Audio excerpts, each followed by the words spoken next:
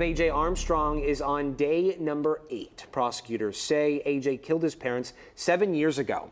Don and Antonio Armstrong Jr. were pillars in the community before the killings.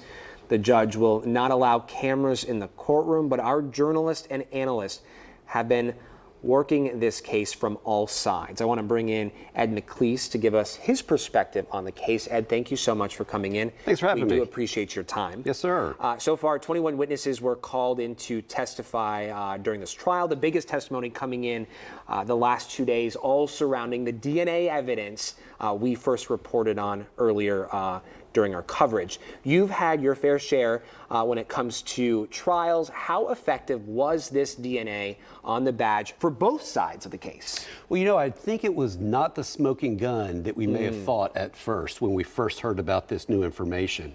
Obviously, as a defense, I've been on both sides, prosecutor and defense lawyer. As a defense lawyer, you don't like information saying that the DNA of the complainant, of the person who was killed, is on your client's clothing. Yeah. But the defense in this case, defense lawyer Rick DeToto, did a very good job of neutralizing that and brought out the fact that it is very likely that this could have been transfer. And all that the defense has to do is raise a reasonable doubt, and it's very likely he did that with this evidence. This week we've heard a lot from Sergeant Rossi. How believable are experts like Sergeant Rossi in this case with the reconstruction of the stairs, the bed, and of course the theories around them? Well, she had to compete with some of the courtroom theatrics in this. They reconstructed a whole bunch they put a bed, put a stairway and all there. As far as mannequins, they had mannequins. They had the mannequins in there. It's very similar to the early 2000s trial Kelly Siegler did with Susan Wright. And I do think that's probably where they got this idea from. But she had to compete with that. It is always, I think, a point that the defense can point out. They had to go to another county to get this expert, even though Houston has got hundreds of people that are qualified for this. And the expert, blood spatter is something that courts are more and more getting skeptical of.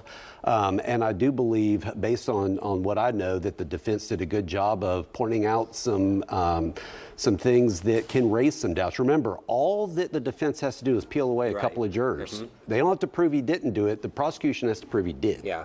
Should the jurors be suspicious of this new DNA evidence in the case? Absolutely. Yeah. When you have a situation where there have already been 2 trials, and this did not come in until the 11th hour before the last or before this trial, and there's 2 specks of blood, one of which, as I understand, was admitted that it may have been transfer, is very easy for a defense lawyer to weave in the fact that this could be transfer.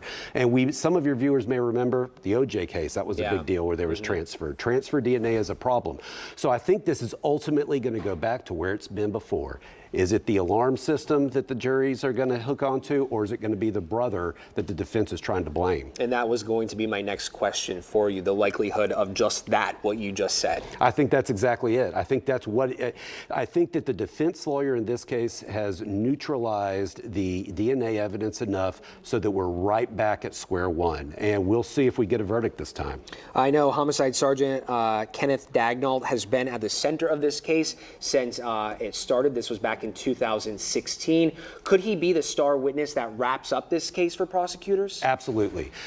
Prosecutors like to start strong and end strong. And what they're going to hope with this witness is, after they've given the jury a lot of evidence from DNA, a lot of evidence from other witnesses, alarms, they're going to use this witness to tie it all together, to put it together in a package with a bow, to deliver to the jury to say, this is why you need to convict. All very fascinating. Ed, I so much appreciated your time. Thank you for having me. The conversation was great. Thank you again for joining us with our coverage on the bench. For folks at home, we'll have an update on what's happening inside the courtroom during our midday shows right here on KPRC2+. And we have, of course, a full breakdown of this trial and how courts work. For some, it's a foreign language. It's all on our website, clicktohouston.com. If you want a breakdown of what each day looks like inside the courtroom, this is where you need to go. Our reporter, Rilwan Balogan, is in court every day, along with producer Jason Wynn, who writes these articles up for you after hearing testimony. Again, this is all on our website, clicktohouston.com. youtube.com/thebench.